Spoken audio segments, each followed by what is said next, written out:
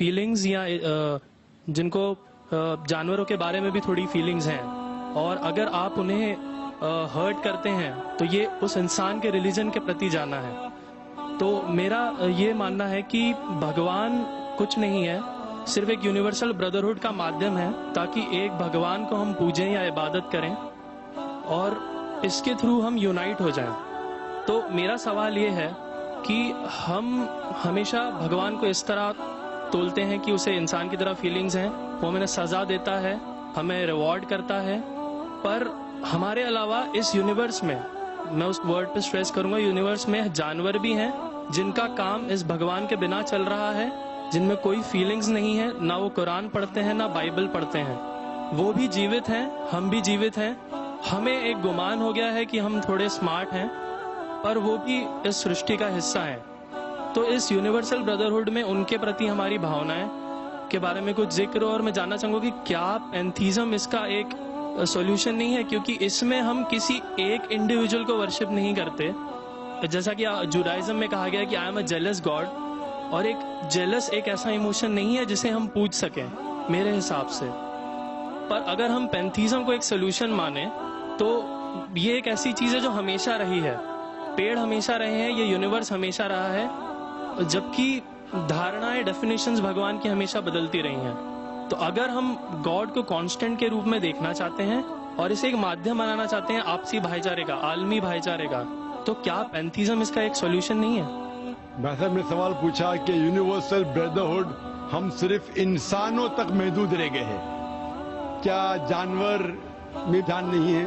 और ये भगवान को हमने खुद बनाया ताकि आलमी भाईचारा रहे, लेकिन क्या पैंथीज्म इसका सोल्यूशन नहीं है कि भगवान को हम दूसरे रूप में देखें? भाई साहब का अच्छा सवाल है। सवाल के दो हिस्से हैं। पहला एक हिस्सा है कि यूनिवर्सल ब्रदरहुड सिर्फ महदूद इंसानों तक क्यों, जानवर पेड़ पौधों को क्यों नहीं लिया गया? दूसरा सवाल, क्या पैंथीज्म इसका सोल्यूशन नहीं है? पहले सवाल का जवाब कि यूनिवर्सल ब्रदरहुड, आलमी भाईचारा के अंदर हम बाकी जीवित चीजों को क्यों नहीं लेते? अगर लेंगे तो जीना ही मुमकिन नहीं है। अगर हम लेंगे बाकी जीवित चीजों को, हम आलमी भाईचारे में लेंगे, तो आपको यहां खड़े रहना भी मुमकिन नहीं है 5 मिनट तक के। क्यों? मैं बोलूंगा, क्योंकि मैं डॉक्टर हूं। भाईचारा का एक उसूल है कि दूसरे भाई का कत्ल मत करो, उसूल है कि नहीं? ठीक है, आप सांस ले रहे, अभी सांस ले रहे ना? आप जब सांस लेते लाखों जौन का कत्ल कर रहे हैं आप कैसे भाई? ये लाखों लोग का कत्ल कर रहे जीने के लिए, ये कैसा भाईचारा है? तो इसीलिए भाईचारे का डेफिनेशन जरा हम बराबर तौर से समझ लें, फिर हम डिस्कस करें। क्योंकि अगर आप कहें कि हर जीवित चीज मेरे भाई है, तो आप भाईचारे के खिलाफ। कोई भाईचारा में ये नहीं है कि दूसरों का कत्ल करो अपने आप को जिंदा रखने के लिए। कभी भी इस्लाम में ये नहीं कहा गया है कि दूसरों को दबाओ अपने आप को ऊंचा करने के लिए।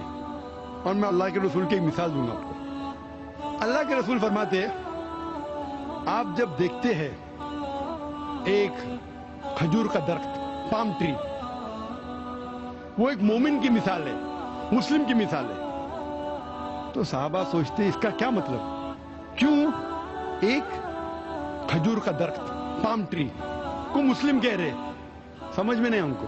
आज हम जानते हैं उस टाइम अल्लाह के रसूल ने कहा, कोई भी पेड़ पौधे जब भी बढ़ते ऊपर, वो क्या करते हैं? आजू बाजू पेड़ को हटाते हैं, फिर ही बढ़ते हैं। नीचे जाते हैं, अपने पौधों को, रूट्स को एक्सपैंड करते हैं। इसीलिए आप देखेंगे म्युनिसिपैलिटी क्रैक्स को तोड़ती है, मजबूत करे। क्यों?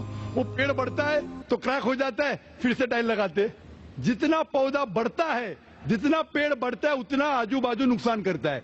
एक वाहिद दरख्त है पाम ट्री, जो जितना ऊंचा जाता है दूसरे को नुकसान नहीं पहुंचे, सीधा जाता है। बाकी लोग यहां जाते वहां जाते, इसके घर में घुसते उसके घर में घुसते, ऊपर जाते सीधा, किसी को तकलीफ नहीं देते, नीचे भी जाते सीधा, आजू बाजू घूमते नहीं।